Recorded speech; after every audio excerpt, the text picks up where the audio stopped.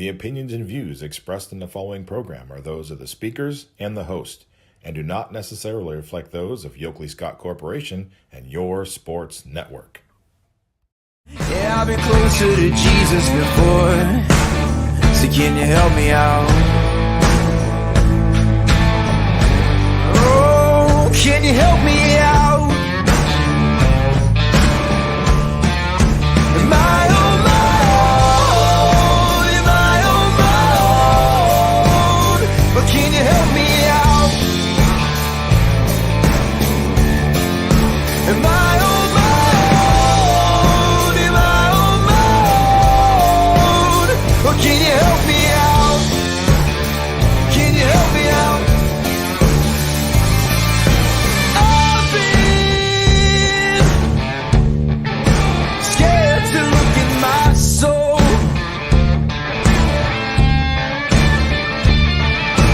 I've been afraid I would follow the road. Yeah, afraid of the things I've been told. Hello, everybody, and welcome inside a Friday episode of Running Point on ysnlive.com, brought to you, as always, by Greenwood Chevrolet in Austintown, and they go the extra mile for you. We try to do the same here on this show every single day. It is the last Friday of July.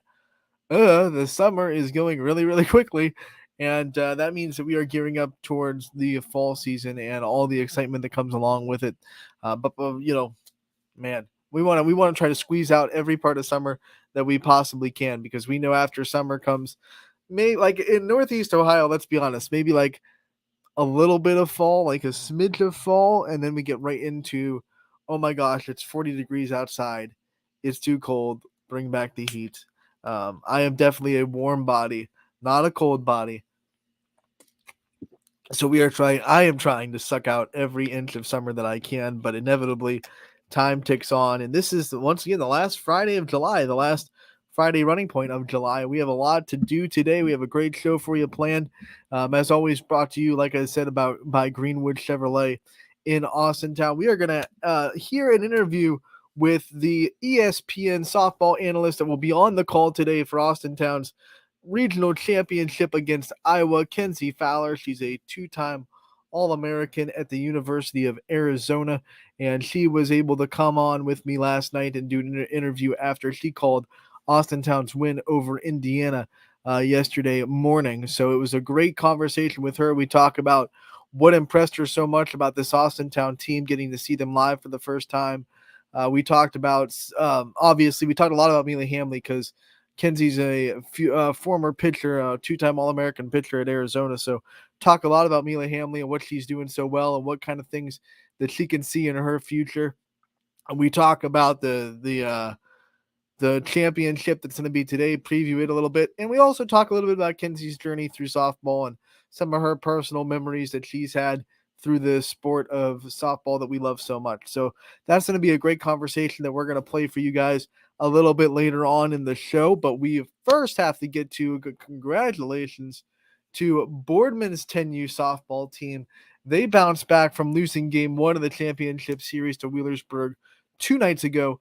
Last night, they come right back and they get the win for the state championship over Wheelersburg, which just sounds great to me. Like the pettiness of me that's inside me a little bit just loves hearing that one of our local teams beat Wheelersburg in softball. I don't care if it's 10U, 12U, whatever. It's a little bit of revenge, and I will take it, because Wheelersburg has been a thorn in our local softball team's side for a while. 2016 is the first time we saw Wheelersburg in a local YSN state championship, and we have been roughing with them ever since. And it's nice to see one of our local teams go in and beat the Wheelersburg Pirates. I'll be at 10U softball. I'll take the victory where I can get it. Boardman won in a performance, and we talked about Julia Putko. My word, another no-hitter.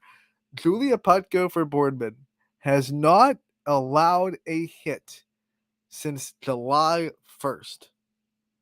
Back in the first district meeting with Canfield, 4 hits were hit on her in that game. Since that point, It has been no hitter, no hitter, no hitter, no hitter, no hitter. And it's a no hitter last night, too.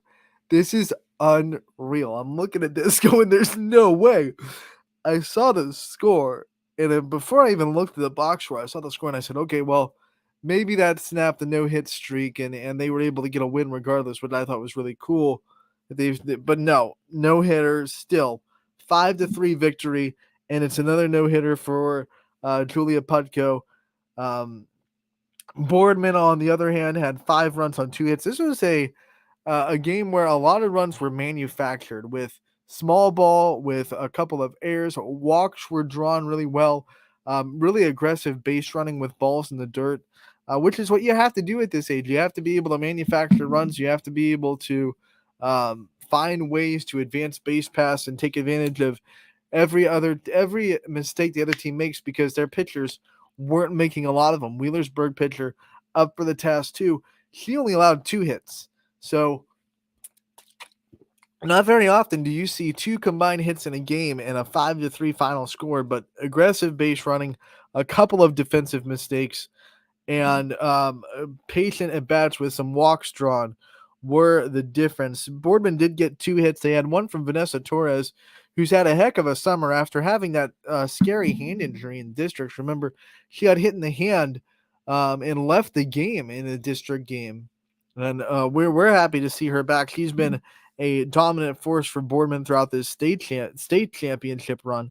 So she gets a hit in this game, 1 for 1, with a run scored and a walk drawn and an RBI. So a big day for Vanessa Torres. The second hit for Boardman came from Julia Putko. Shocker there. She's pitching well. She's hitting well. She went 1 for 1 with 2 runs scored and a walk drawn as well. Boardman as a team drew 6 walks on the day, which was key to them being able to put pressure on Wheelersburg's defense, who made 2 errors to go along with those 6 walks. And then you add that to, I'm going to go to the plays. I think there were 3 or 4 wild pitches / pass balls. They were scored pass balls in the Game Changer app, but you never know. Wild pitch, pass ball, either way, those were able to let Boardman score. After a 1-2-3 top of the first, Boardman got on the board early in the first inning, in the bottom of the inning, and it was the only RBI base hit that got them on the board first. Vanessa Torres with the single that drove in the run. It scored Julia Putko, who walked before her. That was all with 2 outs. It was the first 2 outs, and then Putko drew a walk. Vanessa Torres singled, and they scored a run on that. You'll look at the rest of the game. Wheelersburg ties it up in the next inning, top of the second. An RBI ground out after 1 error put a runner in scoring position. And then it was staying tied for a little bit. Another rally in the bottom of the inning, another 2-out rally, I should say. 2 walks and an error brought in a Boardman run, 2-1 Boardman. And then you go into a strikeout, but a dropped strike 3, scored another run. So it's 3-1 Boardman after 2. And they kept the pressure on. They went a 1-2-3 inning on defense. And in the bottom of the third, they made it 5-1 on a wild pitch that scored Putko, and also scored, Torres scored on that. So a big momentum boost, 5-1. Wheelersburg tried to come back, made it 5-3 on an error in the fourth, but then 5th and 6th inning were clean for both teams as Putko shut the door in the top of the 6th with 3 straight strikeouts to end the game. Her final line, 6 innings pitched, no hits given up, no runs were earned for her. She struck out 17 and walked 3. So you do the math, 6 innings, 3 outs apiece. That's 18 outs that you can get. And Julia Putko struck out 17 of those 18 outs. What can you say? I'm running out of words to describe the performance that Julia Putko has had in the last, ever since Boardman's back was against the wall. It's like a switch turned on in her that said, we're just not losing, period.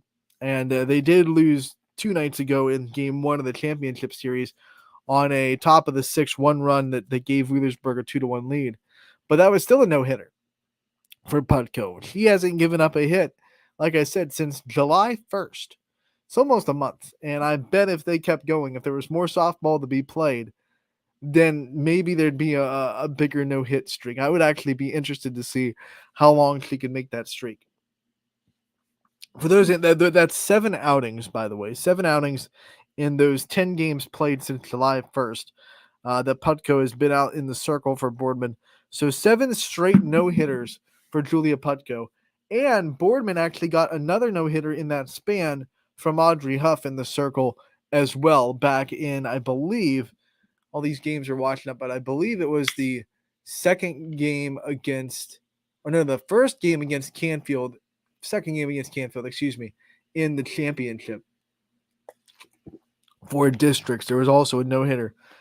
So Boardman has been just pitching lights out, whether it be Audrey Huff in the circle, whether it be Rylan Scriber, who pitched pretty well in one game at state where Putco was getting a break, and then obviously Julia Putco has been lights out for Boardman. So they win the state championship 5-3. Congratulations to that 10U team. They do a wonderful job in Boardman softball, especially at the youth level. We saw the 12U team have a great season, a great summer. Obviously, won state last year, went to the same regional tournament that Austintown is in now, and then went to state again this year.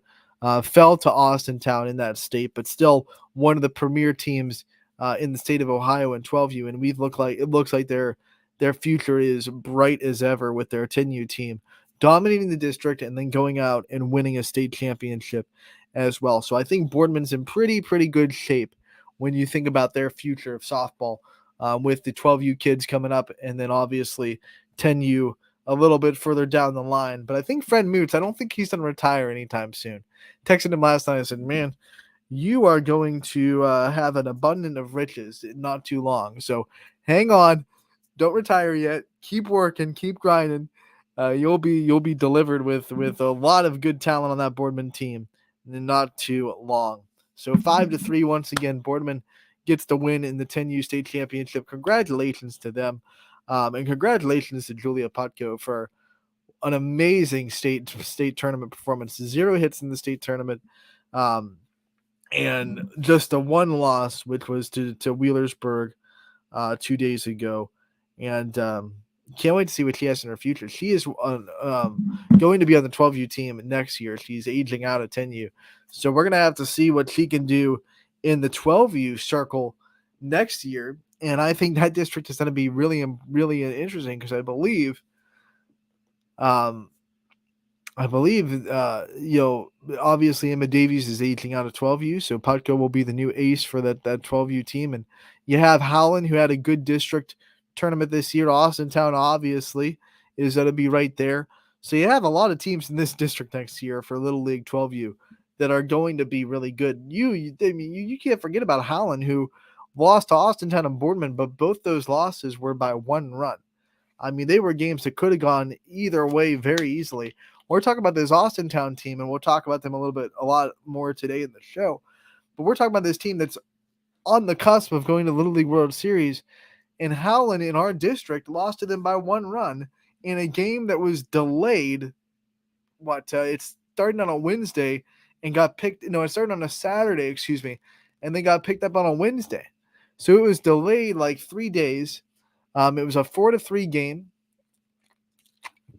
So you're looking at Howland's future in softball thinking, well, yeah, they're pretty dang good. I think any of those 3 teams, Boardman, Howland, and Austintown, could have gone to state, and if things went their way like they did for Austintown this year, I think any of those teams could have gone to regionals and made some noise. Austintown obviously was the one that got out of the district, got out of state, and got to the regionals and is doing all these special things. But you look at Boardman, who did beat Austintown in districts once.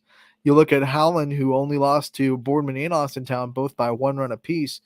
Both those teams looked really good despite not getting to regionals. Then Austintown obviously has a lot going for them. So there's a lot of talent in this area. I know we've been saying it for high school all year about the talent that is in the high school ranks right now in the Northeast Ohio area.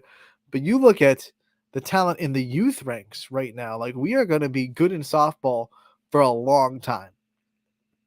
For a long time, because there are players, that don't have a district team that are still coming up, that are still really, really good. I mean, you look at the 10U softball just array of talent. Like I saw a lot of teams that had maybe like 3 or 4 players that they're going to be really good. I want to give a shout out to, and I was remembering it yesterday when I was kind of reflecting on our time calling districts while we were preparing for a regional championship for Austintown. I remember calling South Range versus Boardman 10U, and Boardman won pretty handily. It was like 15-1, 15-2 in the first game they played each other in. But it was a game where I saw a lot of good things out of the circle from South Range. And I know that you're saying that, like, well, 15 runs, how could you see a lot of good things? Well, you got to remember in the Little League, sometimes, you can have a defense that lets you down, or you don't have a lot of, good plays or anything like that. But she was almost every ball that was put in play was on the ground. She was really mixing her speeds well. And I talked with her after the game. I said, everything that you're doing is right. Like, you have to trust the process. These little kids have to remember the trust the process when things aren't going well. Like, you were getting your pitches, you were hitting your spots, you were mixing speeds, you kept this lineup off balance. They were rolling ground balls, things like that you see in a 10U softball player remind you of how good these kids are going to be in 4 or 5 years, how good they are now, how good they're going to be. And like I said, and I can't say it enough, we are going to be very good in softball for a very long time. Buckle up, Northeast Ohio softball fans. We're not done yet. We're not nearly done yet. I know you see a lot of people getting ready to graduate this season. Maybe it's the last ride for a lot of these really good softball players, but there's some really good softball coming right up behind them. We're going to be a very good softball community for a long time. I expect state championships to come in droves in the next 5, 6, 7 years. And I can't wait for it. As a softball fan, as a softball junkie, I can't wait for it. But we are here today to be excited for Austintown 12U softball. They are playing in the regional championship against Iowa today. This is a team that they lost to in the first game of the tournament back on Sunday in 9 innings, and it was 8-3, but it was scoreless through 7, and it was 2-2 through 8. So that 9th inning was the one that the dams kind of broke for Austintown. But that's also when the ghost runner goes on second, and you're starting the inning with a runner on second with nobody out. Things get harder if you go deep into extra innings. And Mila Hamley was at 150 plus pitches. So I'm very interested to see this game. Very evenly matched. Both pitchers are very good. Hannah Haxley for Iowa is a strong pitcher. You look at her frame and you're like, geez, skin looks like she's already in high school. She's big. She's built. She's got a powerful bat. That's going to be fun to watch those two match up and go toe-to-toe, because there was almost no way to tell them apart in the first game. They were both scoreless in the normal softball through 7. So the only runs they gave up are when you put the runner on second with nobody out. Those were the only times either of these pitchers gave up a run. When they had a clean inning and a clean base pass, they weren't giving up anything. It was a combined 4 hits, 2 apiece, through 7 innings pitched for both those players. So both of them are going to be kind of fresh, and both of them are going to be coming on with a lot on the line today at 3 o'clock on ESPN Plus. Going to be on the call, ESPN Plus, is Kenzie Fowler. She is an ESPN analyst for softball that's called a lot of the big softball games on ESPN. Also works for the Pac-12 network, calling games out there on the West Coast for the Pac-12. She has called games at Oklahoma City. She has called games with Team USA being played. And now she is lending her voice to the Central region in Little League softball, where she will be the color analyst for this championship game between Iowa and Austintown. She was also on the call yesterday for Austintown's win over Indiana. And a great commentator. ESPN sent one of their best voices to Indiana to call this game, and I had the chance to catch up with her. She was gracious enough to give me a little bit of her time last night after her call of Austintown's win over Indiana to talk about what she saw from Austintown, what she expects from this game against Iowa, and a little bit of her own softball journey as well. It was a great conversation. We're going to play it for you here on Running Point, so enjoy this conversation with Kenzie Fowler, the ESPN analyst that'll be on the call today at 3 o'clock on ESPN Plus for Austintown versus Iowa in the Central Region Championship. Anthony Hartwig here, YSN. We have a very special guest with us today. It is Kenzie Fowler, the voice of color commentary in the Little League Regional in the Central Region that our good friends Austintown 12U are playing in the championship game of tomorrow. Kenzie, thanks you so much for coming on and talking with us about this whole tournament and what you saw out of Austintown today and what we expect out of tomorrow too. Look, they're well, first of all, thanks for having me. But I mean, I've been so impressed watching them throughout this entire tournament. They've had their backs against the walls. They've had by far the hardest path to get to the champ game. And, you know, it's just one of those things where you kind of get on a roll and nothing's going to stop you. And you can tell they're very comfortable in that elimination situation. But, you know, it is championship time. So they've got all those elimination games behind them and they've done very well. And they've got a rematch on deck. We've been talking about Mila Hamley all summer and what she's been doing through district, through state. Now we see her in the region. You got the chance to see her live today for Austintown. What, from your perspective, makes her so special and makes her able to go out and dominate the way she is so far in this whole tournament? Well, just, you know, analyzing her as a pitcher, and she's so young, but she's got all the tools. Her mechanics are very sound. She has long levers. That's something that you can't teach. And, you know, pitchers come in all shapes and sizes. We know this, but I will tell you, it certainly does not hurt to have long arms. And she has good velocity behind her. So I am going to keep my eye on her for the next couple of years, because I feel like if she develops a couple of pitches and she, you know, keeps her foot on the gas, no pun intended, and keeps developing that velocity, she could definitely be something special. She's known for being very stoic, and you watch her and she almost never cracks a smile for the whole game, whether she's getting a strikeout or if she's in a tough situation, same facial expression. How much does that help a young pitcher to not, you know, ride the emotional roller coaster that softball can bring you? I think it helps a ton, especially the situation that they've been in the elimination game. You know, you could lose your first game and kind of hang your head, and you know, everyone's going to be always looking to the pitcher. And so that's something you learn at a very early age, is that all eyes are on you. And, you know, every pitcher can kind of act a little bit different, but she's definitely got that stoic game face about her. And I think it's done her team very well with how many games they've had to fight out of the losers bracket. You said it, you know, they're done with the elimination games. This is a winner take all championship. What's that going to do, do you think, from the other side? Just talking about Iowa real quick. They haven't had to play for their lives yet. They've been playing just to stay in the winners bracket. Now it's you win or you lose and you go home. Does that give Austintown a little bit of an advantage of being playing in these elimination games for the last week? You know, it's interesting because that's always the question in sport, right? Like, do you want to have the play-in game in March Madness? You can kind of like get your feet wet, or do you want to rest your star players? And I think you kind of look at it both ways. You know, you look at Iowa and they did have the day off. They get to rest their pitcher, rest their ace. And, you know, they haven't played as many games as Ohio at all. I think has almost doubled the amount of games that Iowa has played. So, but also at the same time, if you're Iowa, you're like, or if you're Ohio, excuse me. I feel like I'm going to mix those two up a couple of times tomorrow. That's like Iowa, Ohio.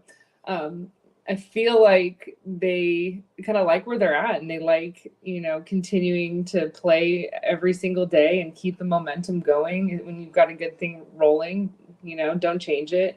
But it is going to be a lot up to how much Hamley has left in the tank, because that's just a lot of games to pitch in a week. You know, you played a lot of softball in your day. I mean, as an athlete, as a pitcher yourself, what side of the fence were you on? Did you like having the rest days, or would you like to have that momentum rolling in your favor? Team-wise, I like to have the momentum. I like to, you know, just get in there and keep it loose. And I think it really helps as a hitter. I loved getting, you know, back-to-back games as a hitter. I always felt like I hit better on my second game.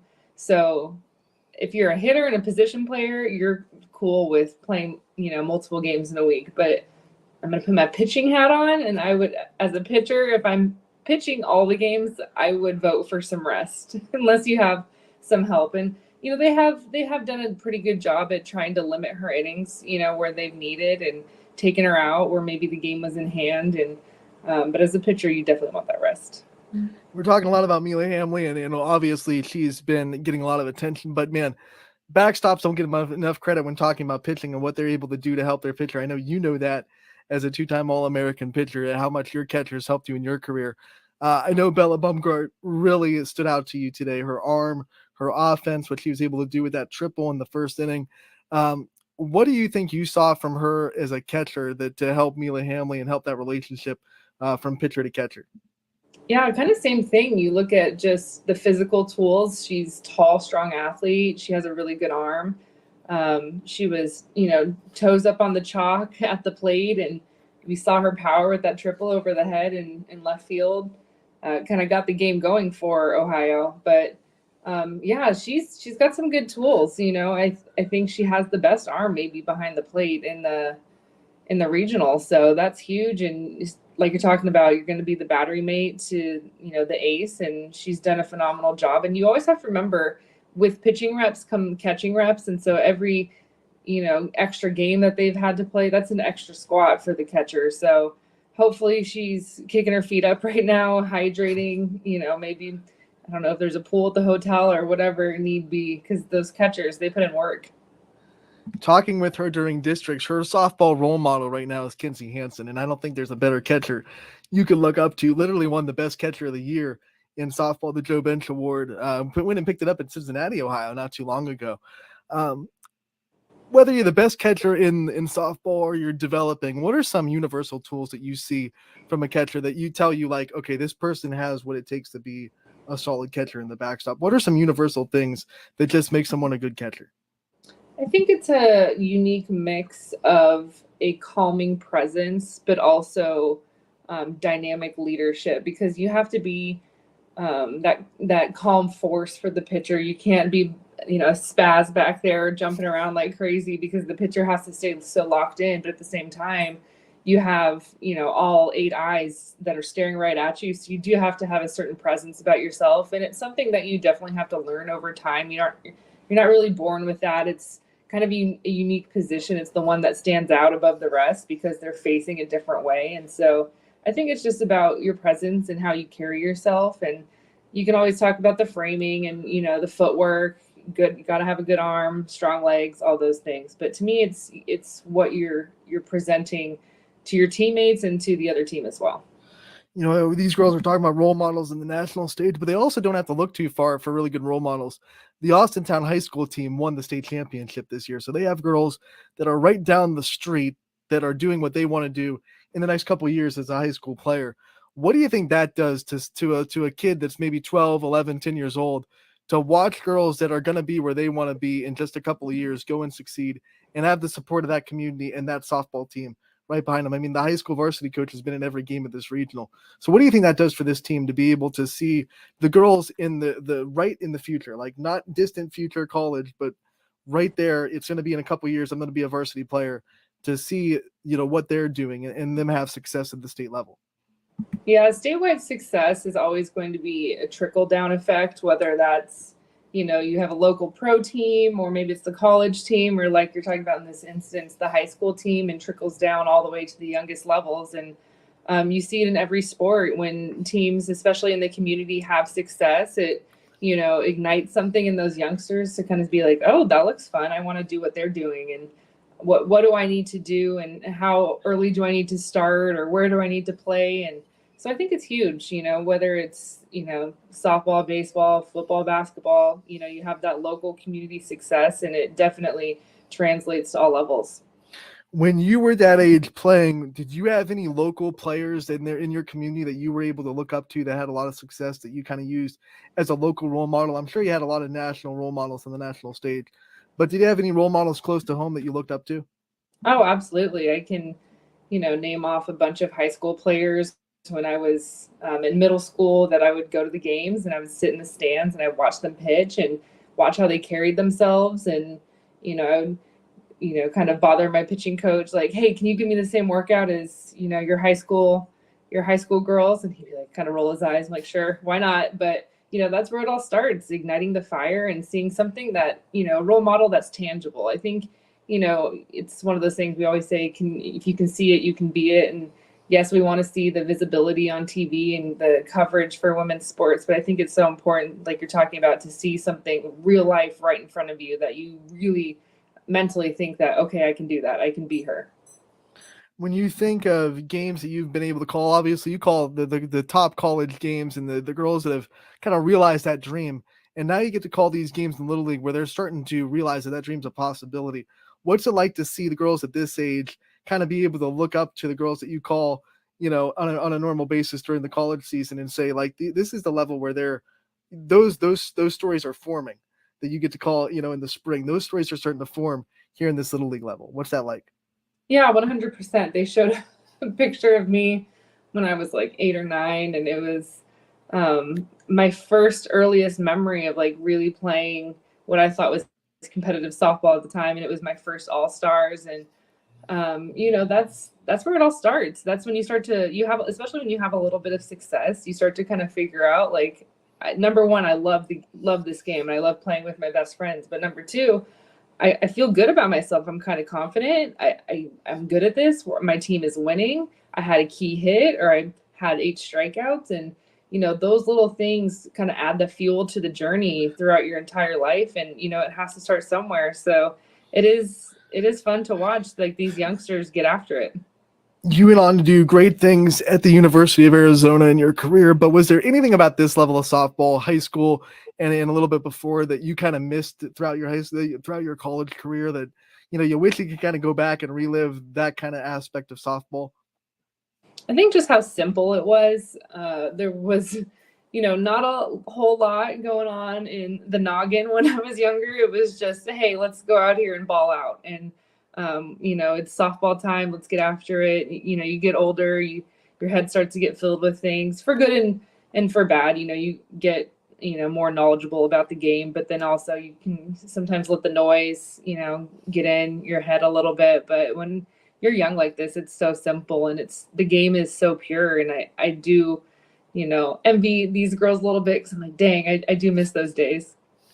The big difference between, this level when you were there and this level now is a 13-year-old, they were getting recruited back in the day. You could commit before you even stepped on a high school field. Now you see them a lot more loose, and they're not worried about where they're going to college at 13 years old.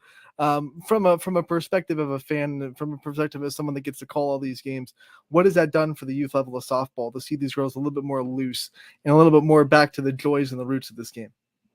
Yeah, I committed when I was 14, which is wild to think about. I hadn't even thrown a pitch in high school when I had already decided where I was going to college, which is just a different time. So, I do love the fact that the legislation and the coaches got together and decided that this would be the best for our game, and it is. And there's no reason that we should be recruiting 8th graders and 7th graders like we were, 8 years ago. So I am happy where, our game has shifted that way recruiting wise. Doesn't mean that the coaches still aren't going to identify that talent, but to just take the pressure off of these girls for making that decision until their junior year.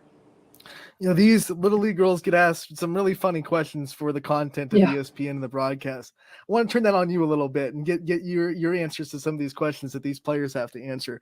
What was your favorite dugout snack to have in the dugout as a player? Goldfish. Had to get that good salt. They have a lot of flavors. Was there any special flavor of goldfish, or just the original? The rest are disgusting to me, so it's original or nothing. A lot of girls get asked who their role model is, obviously. Who were your national role models that you would answer that if you were asked that on the Little League stage? Well, I mean, when I was 10 years old, Jenny Finch was in her prime, and I grew up in Tucson. That's where I was born and raised. And so Arizona was the hometown team, and you're a 10-year-old and Jenny Finch is winning the national championship. It's a pretty easy answer. So I always say Jenny, and I still say Jenny. These girls are always dreaming of their walk-up songs because they don't have them yet. The Little League doesn't let you have a walk-up song. When you were like a kid and you were 13, 12, what were some songs that you were jamming to that you would have loved to have as a walk-up song? Oh, that's a great question because my answer from a 12-year-old versus what my walk-up song in college would be completely different. It would probably be some NSYNC, Backstreet Boys, maybe like Backstreet's Back. I could get into that. And for people that don't know, what was your walk-up song in college? My walk-up song in college was Tequila, the song from Sandlot. When you think about some of the things that you love about softball and the funness of the sport at that level, what was the most fun experience that you had as a softball player at the ages of 10 to 15? Ooh, there's a couple. I think one is my very first, my first year playing like Bobby Sox was my first All-Stars. And then we did this whole thing, you go to the regionals, we went to nationals. I think we finished like 6th or something in Cupertino, California. And that was very formative because that was my first like real serious competitive experience. And it kind of set the foundation for what I went on to do in club. And I always remember playing in Colorado, which is, the big club tournaments that's where you primarily get recruited. And, when I was getting recruited as a 7th and 8th grader, I remember looking up in the stands and just seeing all these different faces that, I'd never seen in person, but you look up and you see Sue Inquist and she's sitting right behind home plate. And, of course, Coach Candrea's there. And there's so many others, the Weeklies. And so it was just very, very eye-opening. My very first like real recruiting, taste when I was 7th and 8th grade. Dugout chants are the lifeblood of softball. You're never going to get away from them. It's what makes teams unique. What's your favorite dugout chant in there? I was not a great cheerer. I'm going to be honest. I pulled the pitcher card a lot. I'd be like, look, guys, you do you. I need to sit on the bench and chill so I can stay in a good place and keep pitching my best. So I didn't really get into them. My sister was really into them. And, my team was always into them, but I was not great. I was not one with the cheers. Were there any that okay, you weren't participating, but like you caught yourself, tapping your foot along to like, okay, this is catchy. There's some bad ones that I really remember that like we would definitely get canceled. You could not be able to always remember the bad ones, right? Right. And so there were like you do like a parody of a song and I like think about what the words were and I'm like, what were we cheering when we were, 9 years old? So I don't know, anything that had like a song melody to it. I always like just like the quick ones, like just very, very quickly after like you get a hit, you have a cheer right for that, not the long ones that drag out throughout the entire inning, but just you want to have a cheer for like every moment. And I like that. We'll take this interview first full circle before we let you go. Tomorrow, obviously, the championship game is at 3. You haven't had the chance to see Iowa live yet, but I'm sure you watched them a lot on tape. And obviously, you saw Ohio today. What do you think are going to be some key factors in who's going to take away this regional championship tomorrow? Oh, gosh. I'm wondering if Hamby in the circle can continue to throw with the velocity that she did today. I think she's the hardest thrower in this regional. And, you talked about how many pitches that she's thrown and, it is a factor, but she's the hardest thrower. And you could just tell like when she was throwing today, the Indiana hitters were so late. I talked about it a couple of times, how all the right-handed hitters, their hits were going to the right side of the field. And it's just the velocity that she's bringing. And strategically, she throws a lot inside to the right-handed hitters because if you have the velocity, that's what's going to be harder for hitters to catch up to. And, you could tell their defense was shifted for it. So I just want to see if her velocity's there. She's probably doing some recovery tonight as well. And then Ohio side? Hannah Haxton. Mm-hmm. Yeah, that's the girl. I'm excited to see her in person because I think she's the best overall player. Whether it's pitching, hitting, fielding, I think she's the best, the Shohei Ohtani kind of this regional. She pitched just as much as Mila Hamley did in that extra inning game. I mean, they were both going at it. They were both scoreless through 7. It was great to watch them do battle. Hopefully they get a battle like that tomorrow. Yeah. Last question before we let you go, because I'm a softball junkie. I have to ask, favorite game you've ever called as a member of, whether it be ESPN, Pac-12 Network? What's the one that always will stick in your mind is like, I can't believe I was on the call for this game? Team USA. This was in 2020, and this was in February. So this was right before COVID hit. Team USA was doing a tour of the college, campuses, and they were doing like a scrimmage or an exhibition, if you will. And I got to call that when they played Arizona, and it was a sold out crowd. I hadn't seen Hillenbrand pack that much in a long time. And Team USA won 3-2, and it was a close game. Jesse Harper hit a pair of home runs. We saw Kat Osterman pitch. Monica Abbott came in and closed it. And Deja Mulipola, who is, just freshly off of playing for Arizona, was playing against her former team. So it had kind of all the drama there. And it was a very pinch me moment. It was very cool. Kenzie Fowler, thank you so much for taking the time to join us today, talking about these two regional finalists that are going to go up against each other tomorrow at 3. We appreciate it. We appreciate your coverage of softball and bringing it to the masses, and we can't wait to talk to you again real soon. Thank you so much for having me. Kenzie Fowler from ESPN and the voice of the Central Region today, Central Regional Championship. Today you can hear her on the call at 3 o'clock for Austintown versus Iowa. We are so grateful that she was able to give us her time last night and talk about what it was like taking in that Austintown, Indiana game and what she expects from Austintown, Iowa. What a great conversation.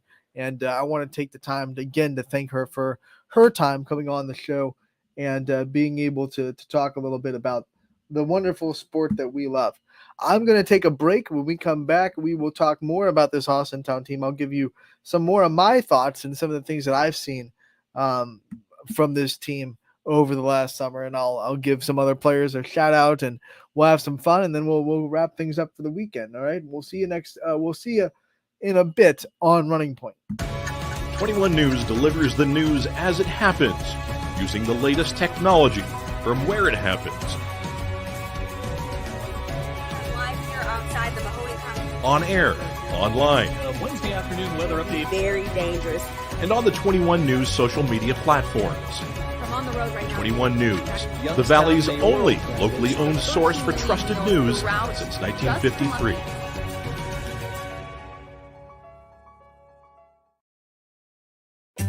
As fine as the eye can see, the finest hardwoods from the finest trees. Made for your home and within your means, Baird Brothers will help fulfill your dreams. Let life and light come shining through in quiet morns. And heavy traffic, too. Find your easy-to-afford fine hardwood floors and doors and more at BairdBrothers.com. Every customer has a story, and at Greenwood Chevrolet, we are committed to making sure it ends with you in the right vehicle. I get to be part of somebody's adventure, whether it's buying a car for the first time, helping them get approved, or finding the perfect car for their budget. I'm proud that people trust me with their finances. They trust me to take care of them, and they trust me with their story. I'm Tracy, and I'm ready to go the extra mile for you, only at Greenwood Chevrolet.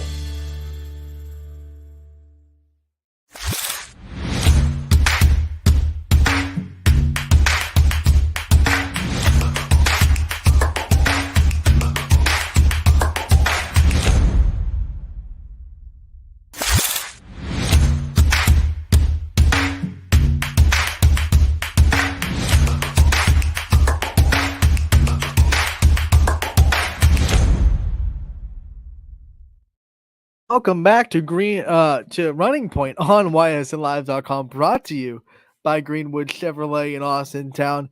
And guess what? The all-new 2024 Chevy Trax is available for test drive only at Greenwood Chevrolet in Austintown. It's a very slick-looking SUV vehicle, and you can test drive it only at Greenwood Chevrolet in Austintown. So if you were in the market for a 2024 Chevy Trax, make sure to get on down to Greenwood Chevrolet, where you can test drive it and get it for yourself. They will go the extra mile for you. We try to do the same here on this show every single day, and we definitely thank Greenwood Chevrolet for being the presenting sponsor since day one.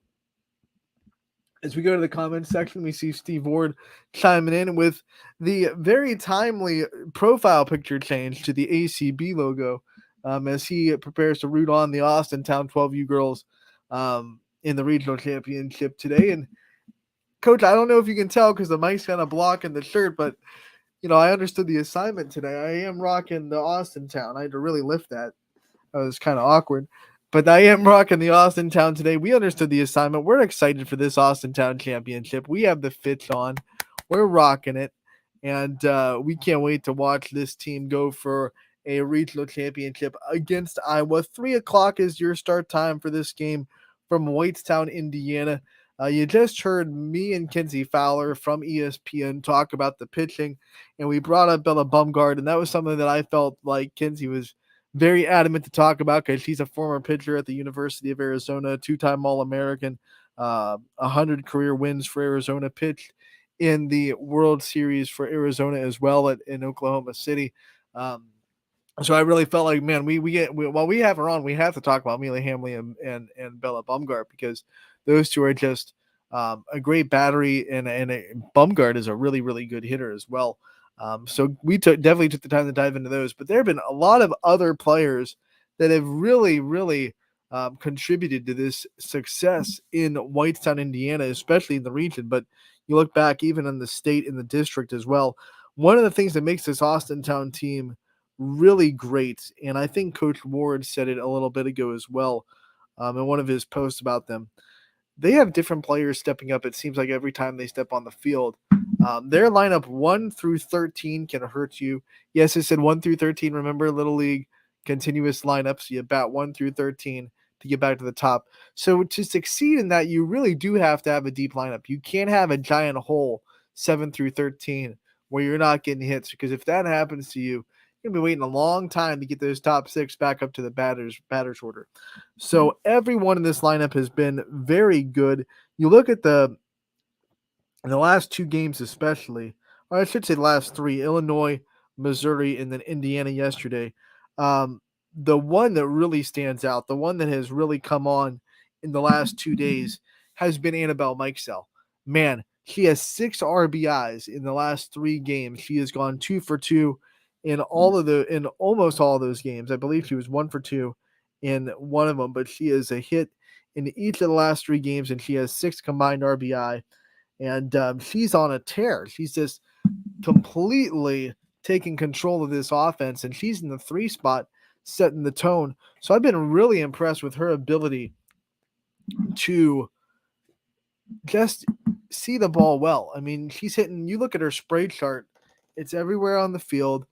She's hitting opposite way when she has to. She's hitting up the middle. We've seen her take a ball to left. She's really doing a good job as a hitter, keeping on the ball and really just going where the pitch is thrown. These pitchers at this level, when you get to regionals, they're throwing every spot of the zone, especially Hannah Haxon. She's going to throw everywhere that she wants to. Maybe not the velocity that Amelia Hamley does, but definitely the command is going to be there for Haxon, sorry. So when you watch that and you see that Annabelle Mikesell can really go anywhere with the pitch, that's advantage hitter. When you can go anywhere, then you're not going to be as vulnerable against a pitcher with good command. Because a lot of pitchers will say, okay, you struggle with this part of the zone, so I'm going to hammer this part of the zone. But in this regional tournament, Annabelle Mikesell has not struggled with any part of the strike zone. She's been able to hit pitches where they're pitched. She'll take one in the right if she has to, opposite way. She'll go up the middle, and she'll also, be able to pull one to left when need be. I'm very impressed with her offense, especially the last 3 games. You talk about Seneca Coates at the top of the order too. She's the tone setter. She's probably the fastest kid on the team. When she gets on base, good things happen for Austintown. And after a kind of a quiet first half of the regional, she has really caught fire the last couple of games. She's starting to get on base more and more. That bodes well for Austintown as well. When you have someone with a lot of speed on the base pass, it puts more pressure on these defenses. They're more prone to make a mistake, and that means they're more prone to give you free base runners and let you what's the word I'm looking for? Manufacture runs in ways with your speed, being able to take those extra bases. We talked about with Boardman, it was 5-3 in that 10U game with just 2 hits. It was because the base runners were aggressive and put pressure on the defense and made the defense make mistakes. You got to do that here too. You got to be able to be aggressive on the base pass, and with speed like Coach Hamley at the third baseline can do whatever he wants to with her and put a lot of pressure on this defense. Then you look at the bottom half of the lineup for Austintown. They've been hitting really well. I've been really impressed with the at-bats from Ava Fisher, especially, like I'm saying, I'm taking especially the last 3 games where we've seen where the stakes have been higher and higher each time. You go up against Missouri, who is the reigning champions in the region 2 times in a row. And that was a game where Ava Fisher had really good at-bats. Ava Fisher had really good at-bats yesterday as well. She's starting to see the ball pretty well. You can see the potential in her as a hitter. I really like what I'm seeing from Ava Fisher. She hits down towards the second half. She hits right behind Mila Hamley. She starts that second rotation to the lineup in the 7th spot. And then you go down a little bit, and Tori Greathouse, 1 for 3 against Illinois in the first game yesterday. And then against Missouri in that 10-1 win for Austintown. Tori Greathouse did draw a walk, got on base. And then yesterday against Indiana, Tori Greathouse was 1 for 2. So she's starting to hit really well. I think that's a part of that order that can really spark a new rally after the top half does some damage. You get hits from Tori Greathouse, you get hits from Ava Fisher, then you're really setting things up and trying to get back to that top of the order as soon as possible so you can get your hitters like Seneca Coates, like Annabelle Mikesell, like Kate Averill, who has played exceptionally in the field. Her shortstop ability is showing off in this regional on ESPN, but she's a good bat as well. She's in the 2 spot, and then definitely Bella Bumgart in that cleanup role. If you can do some damage in that second half, and that's going to be one of the keys for me today, watching this game against Iowa. What can the hitters after Mila Hamley in the 6th spot, 7 through 13, what can those hitters do to start rallies and set up the top half of this order? And that's the key to every softball lineup, right? What is the bottom half of your lineup doing? And I know it's kind of cliche and it's kind of one of those things that you can say about every softball team, but in this Little League new rules where you're a continuous lineup and you have to bat 1 through 13, that is even more important because, like I said, if your bottom half of the order is a black hole, then you're going to be waiting a long time to get back to the top of the order. So 7 through 13, they have to do some damage. They have to set up some stuff. They have to get on base. They have to set up the top of the order and get them back up. If 1 through 4, 1 through 5, if those hitters have 3 at-bats today, then things are going really, really well for Austintown. Things are going really, really well. 2 at-bats, that's pretty good. But if they can get those 1 through 5 up a third time, then they're doing things really well. And that'll be a good sign for this Austintown team. Because, on a normal day, you might get 2 at-bats, which is another point that just popped into my mind, by the way. At this level, with these rules, you have to make the most of your at-bats, right? So competitive at-bats going to be a key.